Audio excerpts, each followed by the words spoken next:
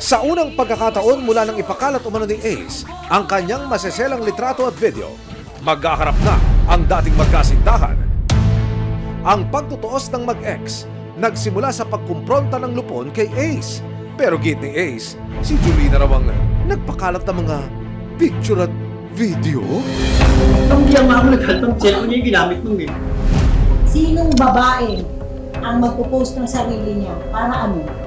Kapag magagalit po siya sa akin, ang laging sinasabi niya sa akin, tutuloy ko na naman ito, ano na ito. Pwede ba yung ganun ma? Pag ano mo pag may problema sa akin siya ma'am, ano man dali lagi So, sa parang akin. ibig mo sabihin, ikaw pa yung binablock. Ma'am, ako pa yung laging inaano ma'am.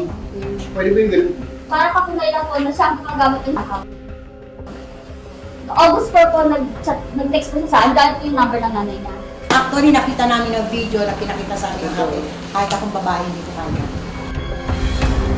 Nang paulit-ulit tanungin si Ace tungkol sa mga paratang laban sa kanya, wala raw siyang kinalaman sa pagpapakalat ng pribadong mga litrato at video online.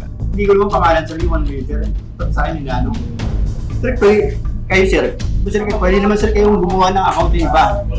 Tapos pag-usapin niyo yung account niyo, pwede naman yun sir, di ba? Binigay niya po na ano, parang ako gagawa, number mo. Conversation yan. Opo. Dahil hindi na magkasundo ang dalawang panig, nagpa siya ang lupon ng barangay na ipaubaya na sa mas mataas na pagdinig ang kanilang alitan. Kaya ang kaso nito ay tinatapos na mismo at tuluyan ng isasampa ang reklamong ito sa korte. Tanda ang paglagda ng patawag na ito ng complainant at